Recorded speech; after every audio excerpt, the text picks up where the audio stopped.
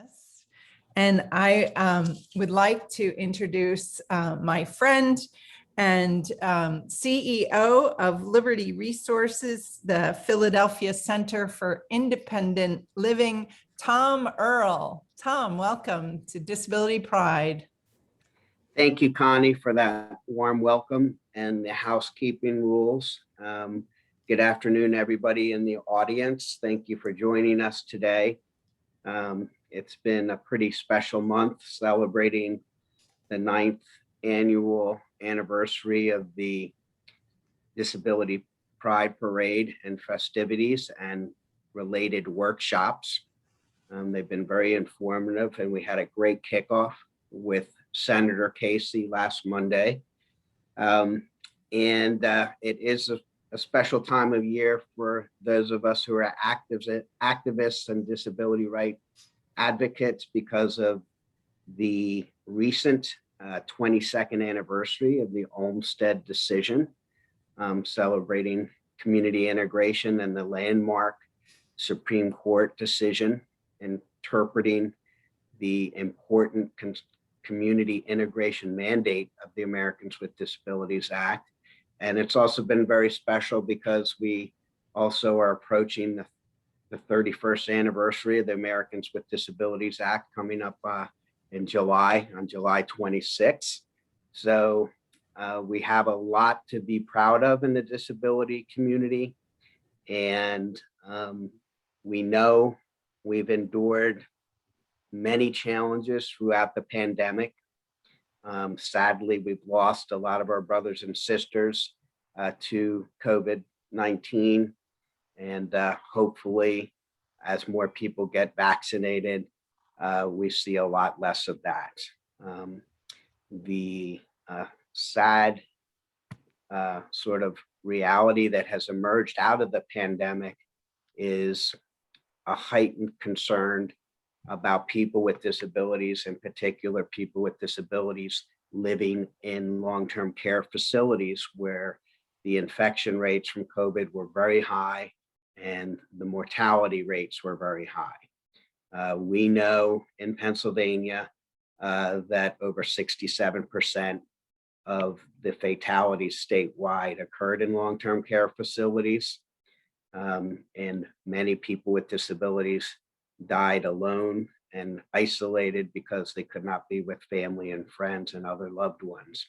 So it's been very difficult.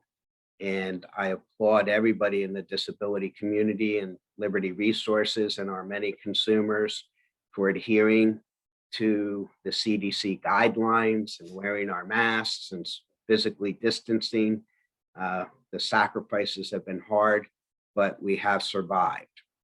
And now we have some good news, and that is because of the attention placed on our home and community-based systems across the country during COVID, it really highlighted how underfunded and unsupported these long-term care programs can be. And we know that hardworking caregivers, whether they're family caregivers or direct care workers, have really epitomized the sort of frontline essential worker role and have probably have saved countless lives. It was really amazing to see how dedicated caregivers were in getting to their consumers when public transportation became limited and the pandemic spiked. It really was scary, and they deserved every penny of hazard pay and wages that they earned during this incredible challenge to humanity that was around the entire globe. We know about the CARES Act and how important that was to employers like Liberty Resources and other human service providers and centers for independent living. It enabled us to keep people employed with their health care during very difficult times with the payroll protection program. We also know more recently, moving forward with President Biden's administration about the American Rescue Plan and how it provides a 10% increase to the FMAP, the Medicaid funding formula for states that take advantage of it. And Pennsylvania will be one of them. And we'll talk a little bit more about that in a moment. But the highlight today of this discussion really is President Biden and Senator Casey's infrastructure bill, which has rightfully been expanded to include human services in our healthcare system. A lot of folks around the country view infrastructure as bridges and highways and bricks and mortar, and that is an accurate depiction of the traditional infrastructure items that are done. However, a healthcare system clearly is an infrastructure challenge, and the workers who support the healthcare system, including the long-term care system, are infrastructure because it's national. It's the fastest growing workforce in our country, and the demand for qualified, sustained, trained home care workers in the future is going to continue to grow. So the timing for an infrastructure overhaul of our home and community-based service system is really right now. And the better care and better jobs HCBS part of the infrastructure bill really is an incredible advancement for our long-term care system in the United States. Before we start with a little dialogue with our guests, when I first saw some of the taglines for the infrastructure bill, I kept doing a double look. I don't see well as I am legally blind, but I saw the number and I saw 400 with the little b behind it. And I'm thinking, that can't be right. $400 billion? That's a lot of money. And it turned out to be that Tom Earle's eyesight was accurate at the time. It is $400 billion, which is a magnificent sum of money. But let's keep it in perspective. It is a national program. So when you divide 400 billion across 50 states and the US territories, it really gets whittled down quickly. It's a tremendous boost and we're embracing it. But we hopefully will see more and see a system that sustains itself deep into the future. Our guests today are Michael Gamel McCormick, who is the Director of Disability Policy for the Senate Committee on Aging. And as such, Michael has worked very closely with Senator Casey's office. He's collaborated nationally with NICL, the National Council on Independent Living, ADAPT, AAPD, and many of the centers for independent living, including Liberty Resources here in Philadelphia. So a big warm welcome to Michael. We have him for a very limited amount of time. And our other guest is Lolita Owens. Lolita, if you could turn your camera on so folks can see you. Lolita is a caregiver in Pennsylvania, in the Philadelphia area. Hi, Lolita. And Lolita is a member of the United Home Care Workers of Pennsylvania, which has been a very innovative union organizing effort across Pennsylvania for community-based workers. So we'll be hearing from Lolita probably after Michael. So Michael, if you could, there's so many highlights in the Better Care, Better Jobs Act, But let's start off with sort of the home and community-based services portion and what we are hoping to see states take advantage of as this is rolled out.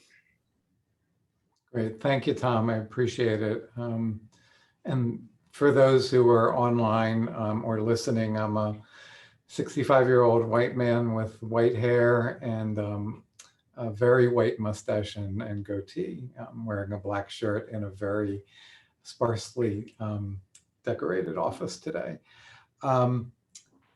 The president made his announcement about the $400 billion investment in home and community-based services the second week of April. And as Tom said, almost everybody in Congress you could have knocked over with just a light breeze because nobody expected that number. It's an extraordinary number. He asked Senator Casey to lead the process in terms of developing the bill. It has two goals. One is the expansion across the country of home and community-based services. And the second is to ensure that the workers who provide those services are having increased compensation, including their wages and their benefits as well. And we can go into more specifics of that. But the way that this bill is structured, and it was introduced on Thursday of this past week with 40 co-sponsors. That's 40 members of the 100-person Senate, and that's pretty significant to have that. The way it's structured is that there are four main parts to it. The two funding parts are that if a state chooses to take up this effort, they can get a 10%, a 10-point FMAP bump, just like with the American Rescue Plan, for up to 10 years. The states told us that they needed some stability and some predictability in terms of funding in order to increase home and community-based services. So that's the way that the senator structured that process. So it's predictable, it's a long-term investment, and the states will know exactly what they need to do. They have to do a number of things to get that 10-point bump. They have to create a no wrong door into services. They have to expand eligibility up to 300% of poverty. They have to provide respite services for family caregivers. They have to provide personal care attendant services. And then they have to show other expansions of home and community-based services into new populations or intensifying services as well. And then finally, they have to make a commitment to set the rate structure every 2 years. And that rate structure has to be developed with input from people with disabilities, from family members, from service providers, from workers. All the people who are the stakeholders in this process have to have input into the increase of that rate structure. And that rate structure has to be commensurate with other professions that are similar to providing home and community-based services.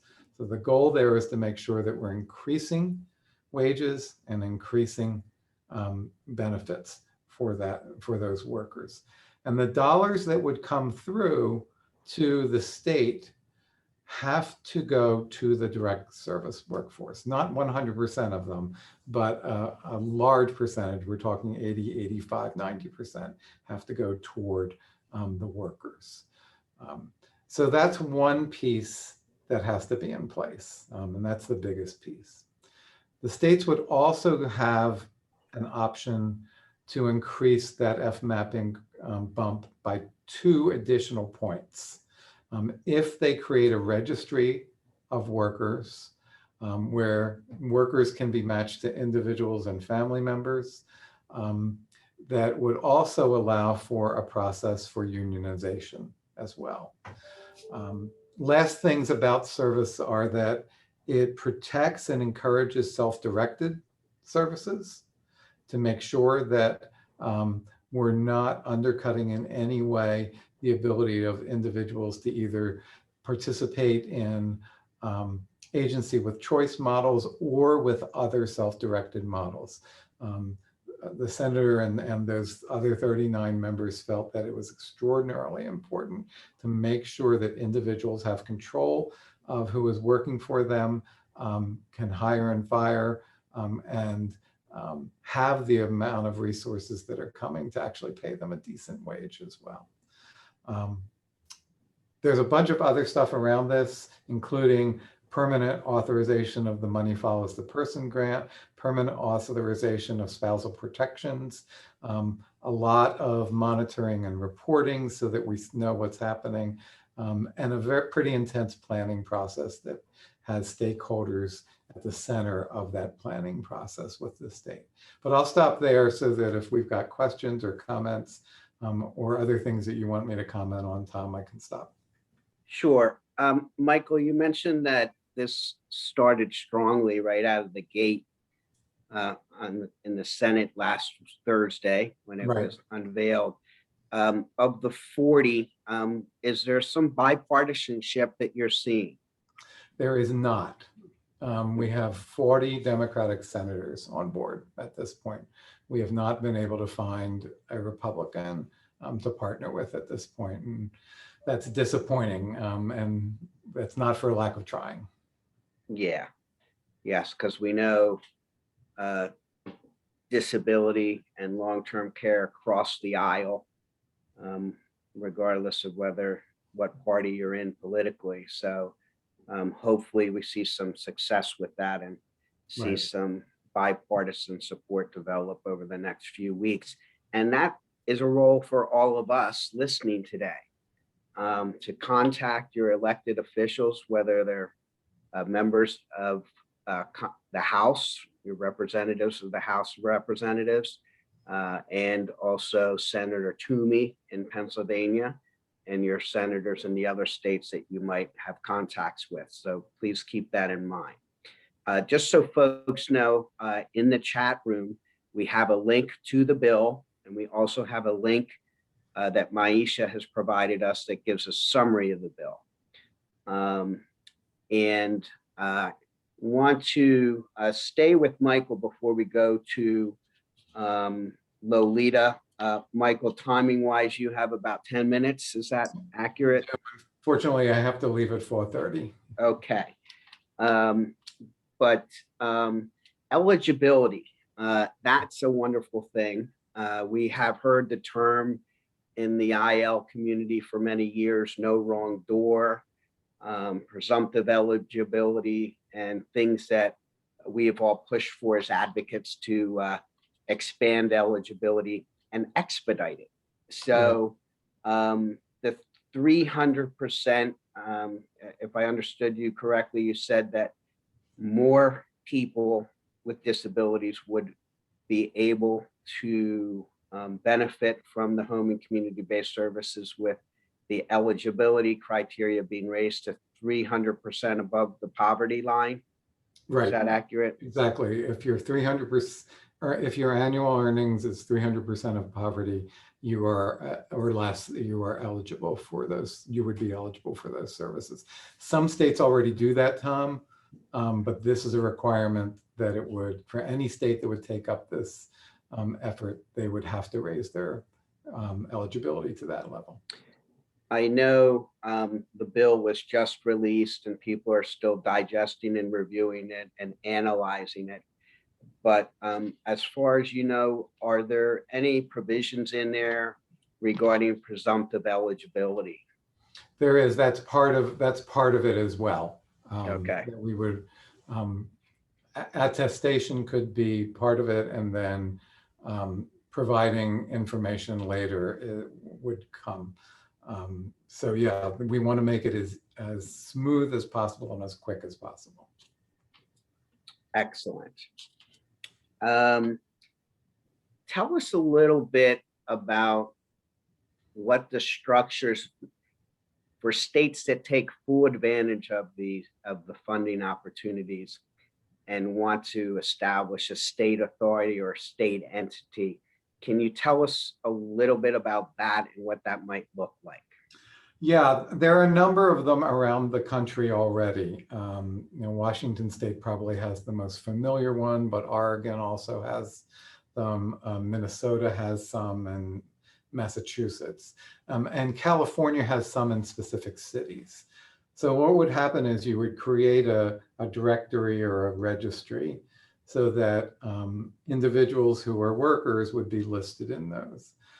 It would be a way not just for agency employees, but also those who are hired through a self-directed model, to be able to be linked to common information. And this comes directly out of what you were talking about in your introduction, Tom. During COVID, it was very hard to get some workers masks and other personal protective equipment, or specific training, or even information about the temporary wage increases that were happening as well. The registry would allow that type of thing to happen on a regular basis. It would not be public facing. It would be private, but it would also be a way that that a family or an individual who's looking for a worker could say, I'm looking for this, and then workers could, who are in the registry, could actually respond to it. It would also be a way to get common training and some career development activities out to the workforce across the state as well. San Francisco does a really good job of this. Washington State, I think, does a really good job of this as well. In some places, it's operated by the state. In other places, it's operated by a nonprofit entity. A state can choose either one of those models to do that with. Washington, in fact, had been running their directory for, I want to say, 5 or 6 years, and they just transitioned it last year to a nonprofit entity. The other thing that it does, that entity then becomes the employer of record. It's not the actual employer, but it's the employer of record that a union can negotiate with to establish a base wage or benefits as well. So it actually creates a way for the workforce to band together and negotiate with an entity. Otherwise, when you have a lot of independent workers out there, it's very hard to identify who they actually negotiate with to make sure that there is an established wage and benefit structure. Question I have on the sort of state authority or state entity that would be playing that role. Are they able to provide health care through the authority, or perhaps leverage because of the high number of workers that would be in this workforce, a pooled resource for access to health care? That's a huge thing in Pennsylvania. Yeah, the two things that some of these entities have done is they've been able to pool folks together and provide healthcare, also retirement savings as well. So the two things that are typically done by a large employer, or sometimes a medium employer, could be done through this entity too. Excellent. And I know we're approaching 4:30, but Pennsylvania has benefited tremendously from federal assistance with nursing home transition work. And that really has expanded with the use of money follows the person, which was a very important piece of federal legislation that ADAPT worked very hard to help push that across the finish line. And over the past few years, we know that it runs out and has to be reauthorized, debated, and so on. So I understand here, one of the other highlights with the Better Care, Better Jobs bill will be that program will be made permanent, which is wonderful. Correct. Correct. And for Centers for Independent Living, when they added the 5th core service of nursing home transition work, it really came with no additional funding. So we were, still underfunded and required to do some additional hard work because nursing home transition work is very involved. So it's refreshing to recognize that effort and fund it permanently. And I think centers that do that work will benefit from that tremendously, as well as the states. So, Hey, Tom, we have a Yeah. question, last Oh. question for him. Says, Thank you. how long do you think the whole process will take to see these structures in place and working? Yeah, it's a really, really good question. Was that Vicky that just asked? So the process is probably going to take 2 years, but in that 2-year period, Congress would provide rescue plan level funding so that there is not a gap in the increase in HCBS funding. The theory there also is that there's rescue level funding of 10 points this year, and then there would be up to 2 more years of that same level of funding. So the state can actually start to put in place its plans because it has the resources to do so. We didn't want to provide the rescue level funding and then suddenly have this gap in services that our gap in funding that would possibly make some states go backward or be really conservative in what they were doing. This way, we've got at least 10 years of predictable money that states can really be aggressive.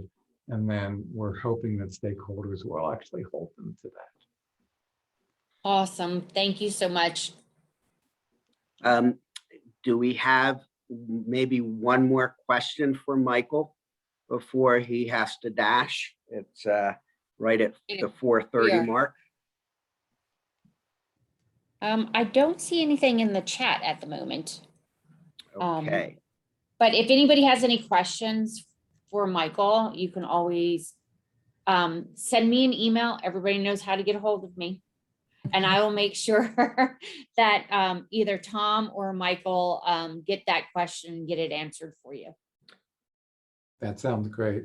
Thank Tom, you, thank Vicky. you, Vicky and Connie. Thank you so much. You're Yeah. welcome. Thank you. Thank you. Michael, we know you're off. Thank you so much for your leadership and including the disability community in this great work. So this is a once in a generation opportunity.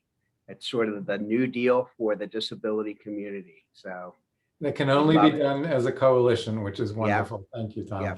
So Take care, thank y'all. you. All right. We have Lolita Owens, who has been waiting on our stage and queue here. And Lolita needs no introduction for folks in the Philly area. But we do have folks from around the state.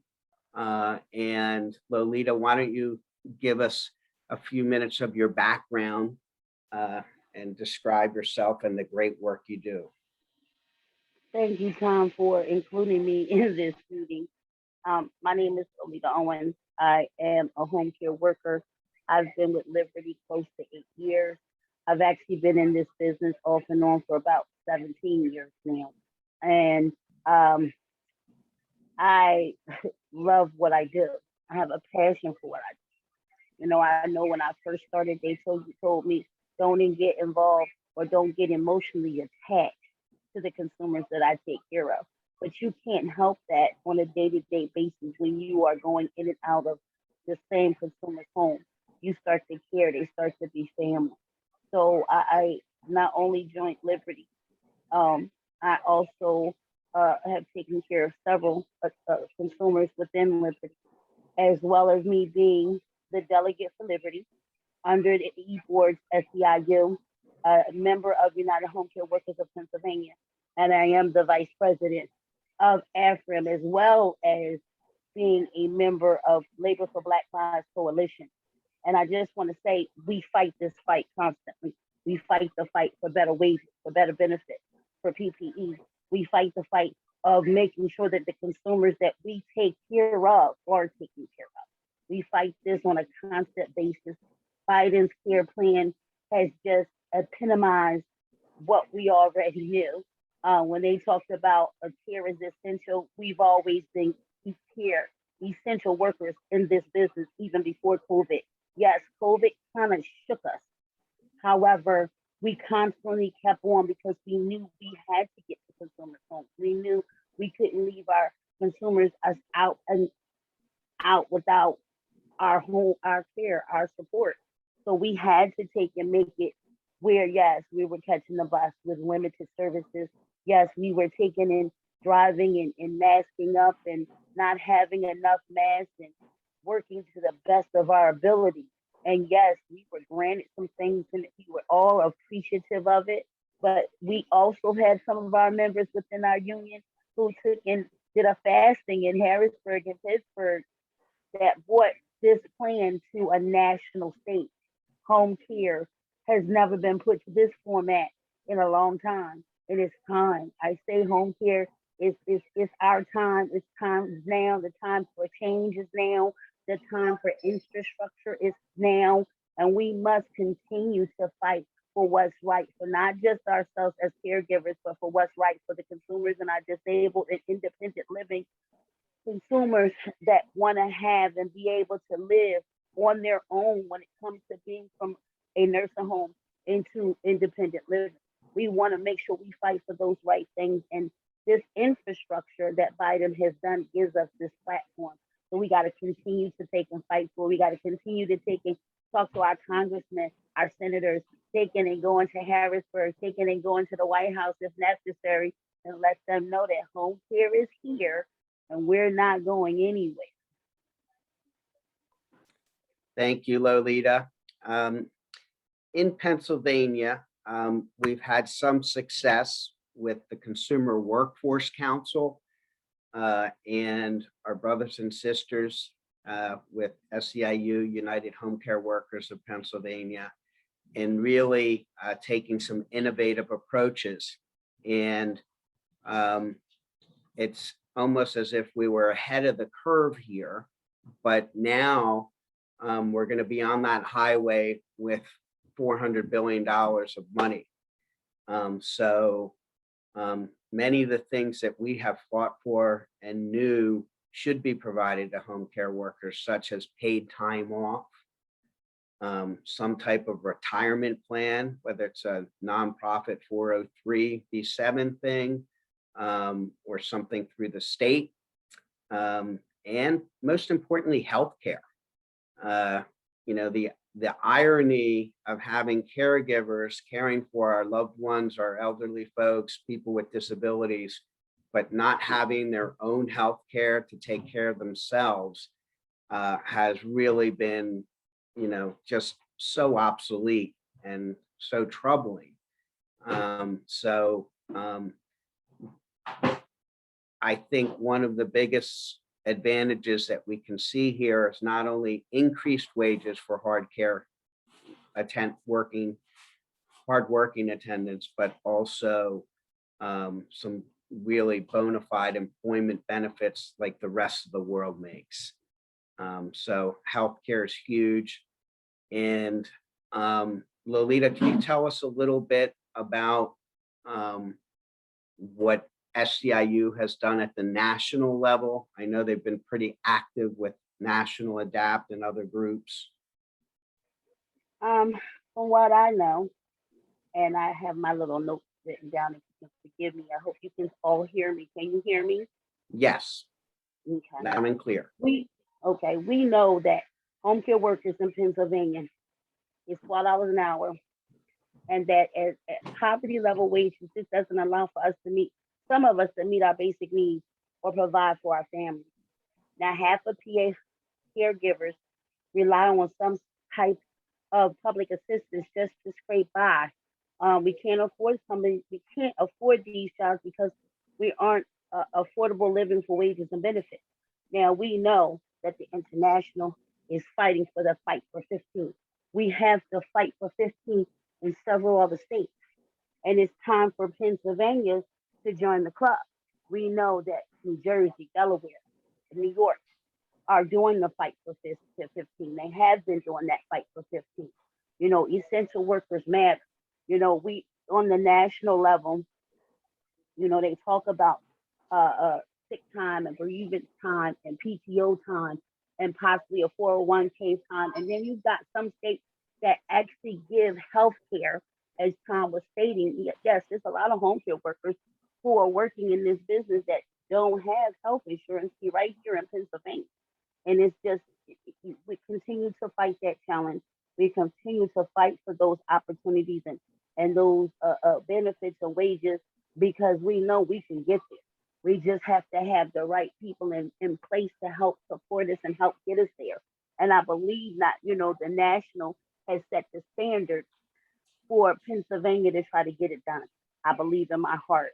Like I said, we know that the Better Cares Act needs to be passed. We are doing what we need to do to make them understand and make sure that they know and realize that home care workers, like I said, are here to stay, you know, and we are not only with international, but making sure that that continues to stay on the agenda and that continues to be talked about on that level of making sure that, you know, Congress and our Senate are aware that this is, we're not going to give up. We're not going to take and just stand by and just let them do what they want to do, not when they're the ones that they don't seem to forget. I think sometimes eventually they themselves are going to get old or have disabilities that they're going to have someone come in their home to take care of them. Something that I'm excited about that Michael mentioned is the rate structure that this Better Care, Better Jobs Act will require in each state. And I think we all should be confident that states aren't going to leave federal dollars on the table. So we should see many states, if not all of them, going for this tremendous infusion of federal money under Medicaid. But the rate structure and the ability of us, consumers and attendants, to be at the table in helping make sure that the rate structure does pay a fair living wage, does provide health care, does provide PTO. And that's something that we haven't been able to do in Pennsylvania yet. We've done it on a small scale with some of our sills, as you know, but to do that statewide, like Washington and some of Oregon and some of the other states that have even stronger programs, I'm really looking forward to that. You want to share a little insight on that? And because you've been through a couple bargaining sessions. Yes, I have. Yes, I have, Tommy. You know that I have. Not just that, but I've also, you know, been in the presence. I recently was in Harrisburg talking about this Biden infrastructure, talking about that ratio rate. You know, the reimbursement rate definitely needs to be increased. I mean, yes, we did get a 2% as of last year, and that hadn't been for almost 12 years, if I'm not mistaken.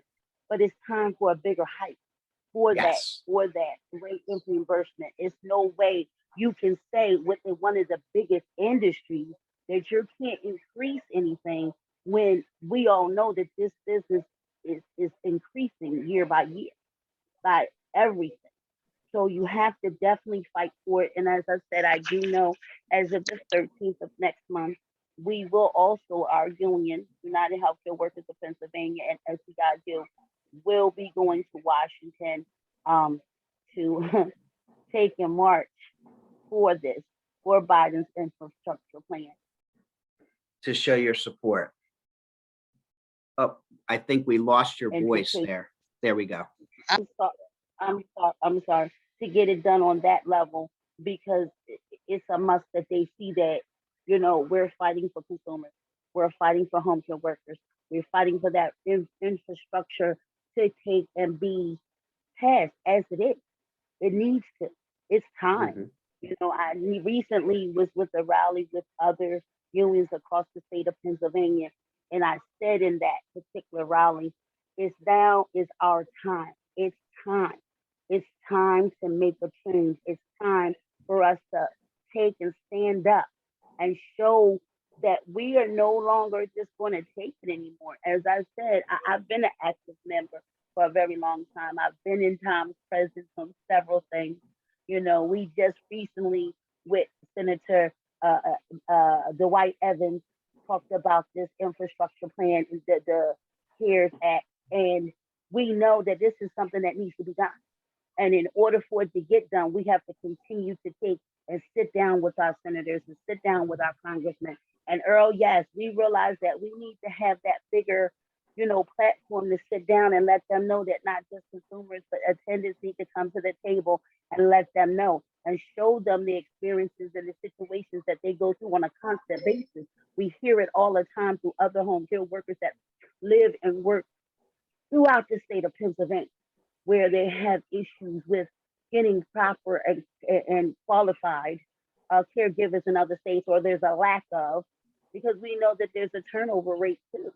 But, you know, we also know that this is something we cannot take and just let get by the side. We have a memento right now. We need to carry that memento, and we need to take and show our government that home care is important and you've got to invest in it. You know, that saying is you got to spend a little bit of money to get a little money.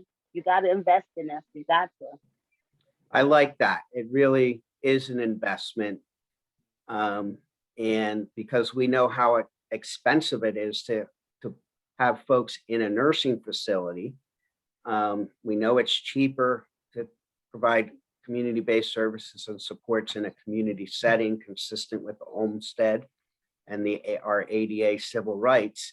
So we need to modernize the workforce and pay them good living wages and healthcare and other benefits, because the need for this workforce is going to continue to grow.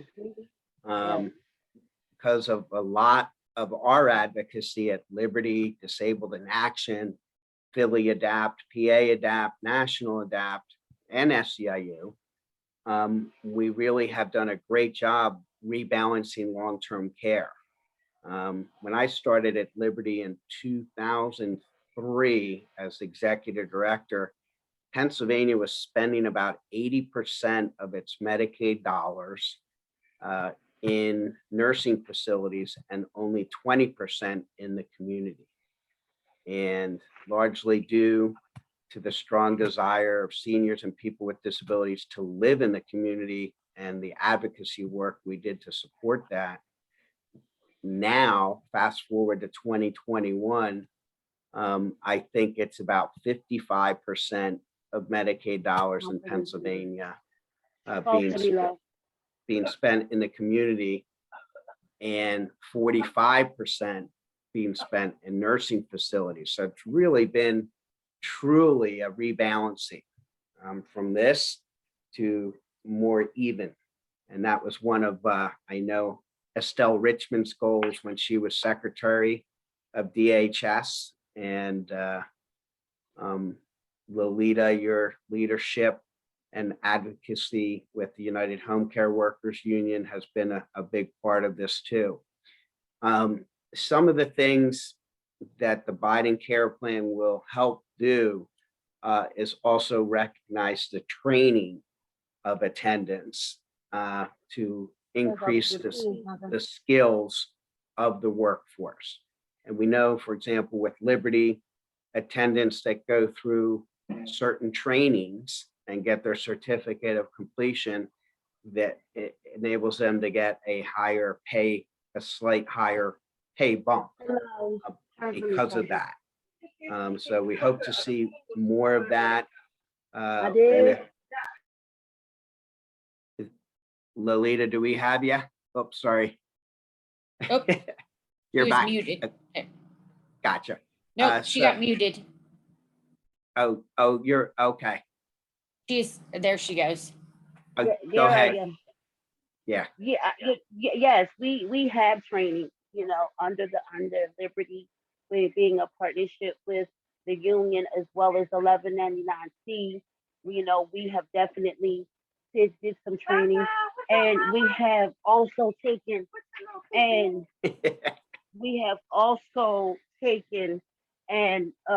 taken a part. There's a lot of us who have taken a part of it. A lot of us have gotten this differential pay for being a part of that training. So Liberty definitely tries to step up to the plate to give their attendants the training that's necessary and that's needed for us to do a better job with the consumers that we take care of. And even the ones that we may be taking and have to go to be able to give them that quality of care and not that quantity of care. Right, right. So the other thing that the Better Care, Better Jobs Act will provide is funding for training, and that may occur through the Departments of Labor and Industry and OVR, possibly in Pennsylvania. We're not sure who will administer that, but building a better paid and a better trained workforce will be really instrumental to the program's success. And I also like the idea that we should be able to have workers and consumers be participating as stakeholders in the rate structure. You know, there's the mantra in the disability community that nothing about us without us, from the godfather of the IL movement, Ed Roberts, and the nothing about us without us mantra rings alive and well in this Better Jobs, Better Care, Better Jobs Act. So it's refreshing to see that. That will require the plan that states have to put forth has to be developed with stakeholders. And then every 2 years, the rate structure process will have to include stakeholders as well. Do we have any, we might have a question. Yeah, there is a question, Tom. I'll read it from Celia Thompson. It says, what Pennsylvania agency has this information so I can direct other families to advocate for this money? Thanks. The Department of Health and Human Services, DHS, in Pennsylvania will be key. And Vicki can circulate information after this session. We'll post it. The Office of Long-Term Living for people with physical disabilities, and the Office of Developmental Programs, ODP, for people with intellectual disabilities. Both those departments will be very involved and will be benefiting tremendously from this work, or the funding that will come.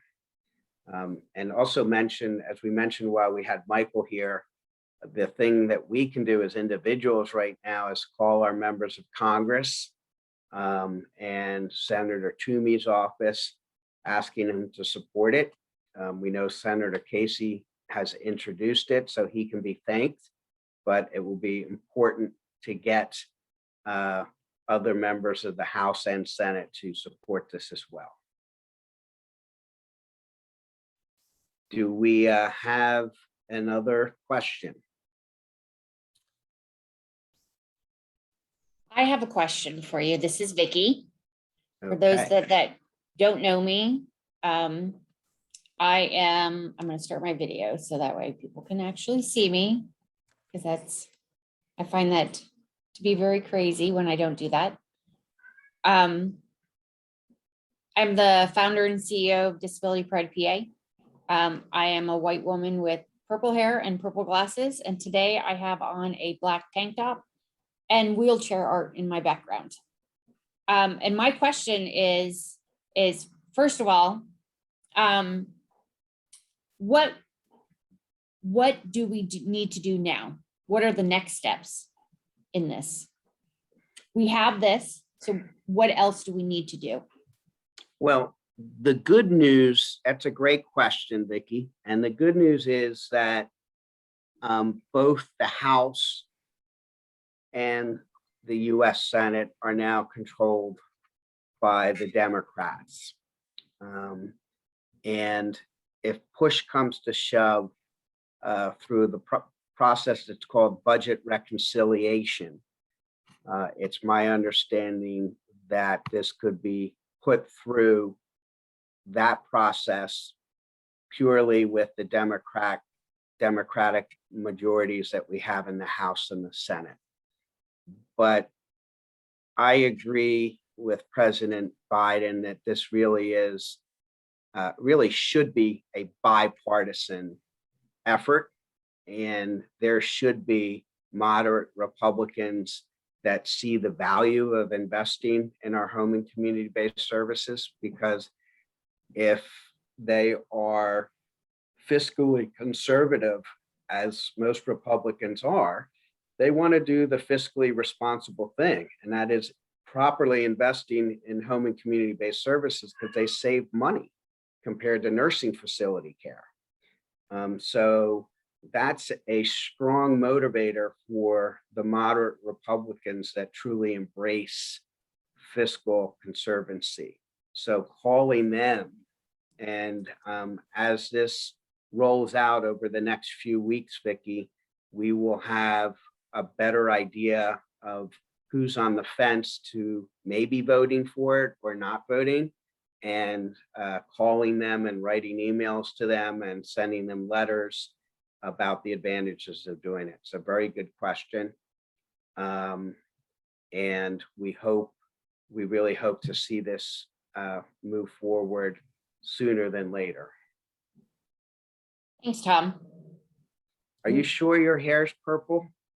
I'm colorblind. Well, So I've never noticed it. yeah, it's funny because I keep telling everybody it looks like fruit punch at the moment, which is kind of maybe a orange. I always say it's like a mix of the orange, red, purple, and pink. Mhm. It's a very strange color at the moment. It's not one that I'm used to. It's more like eggplant. So, thanks. Yeah. But do we have any questions for Lolita? How do we get involved with the work that Lolita is doing? If somebody wanted to, how do we reach out to get involved that way?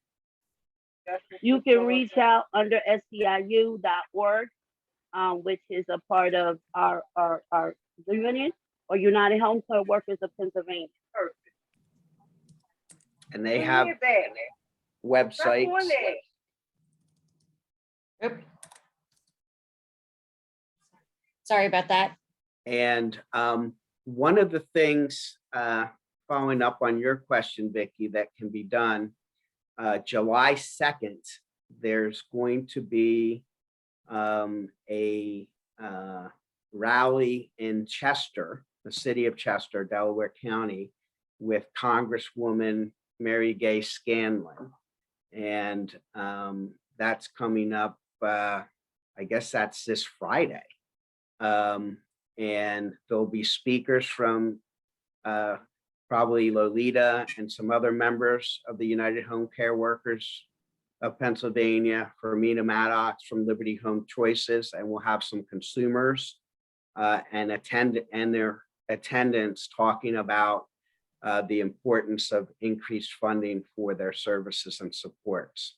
So it should be a good event. That will be right across the street from City Hall in the city of Chester. Okay. I will find some more information out about that and make sure that I post it out so everybody can see that. You got it. And I want to just, I know we're approaching the 5 o'clock hour, but Vicki, I wanted to thank you for your leadership in organizing a great Disability Pride series of events.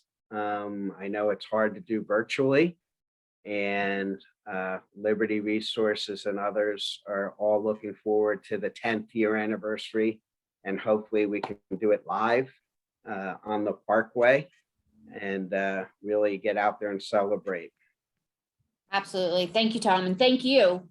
I've learned a lot about the disability community, about disability advocacy and disability rights from you. So thank you very much for being a great mentor in that.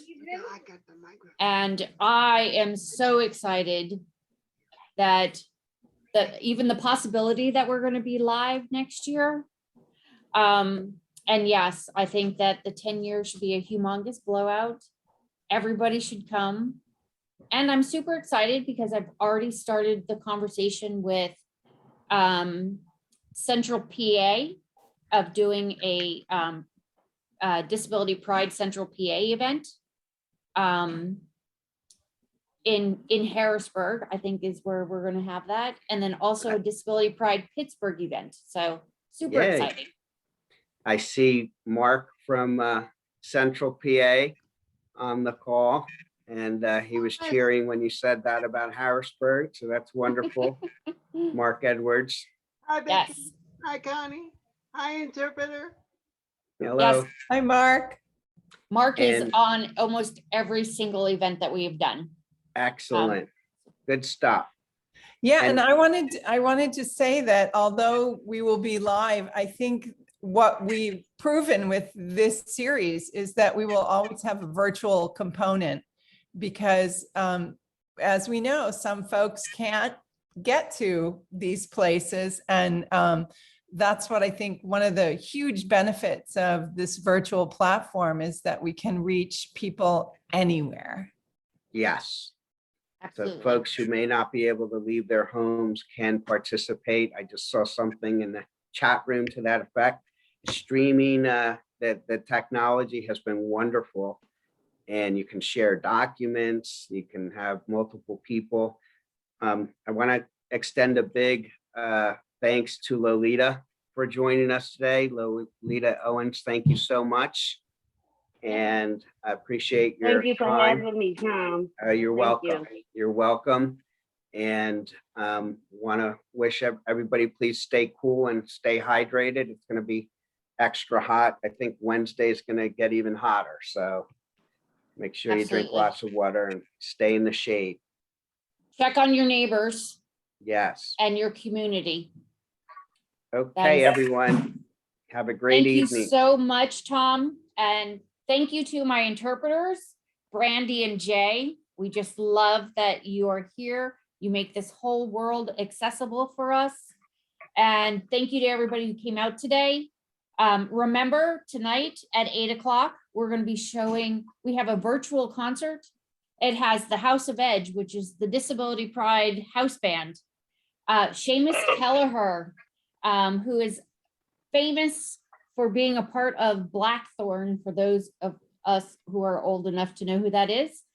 And Four Wheel City will wrap it up at live from their place in New York City. So hopefully everybody comes out and have a great day, everybody. Okay, thank you. Hi, everyone. Hi, thank you. Bye-bye.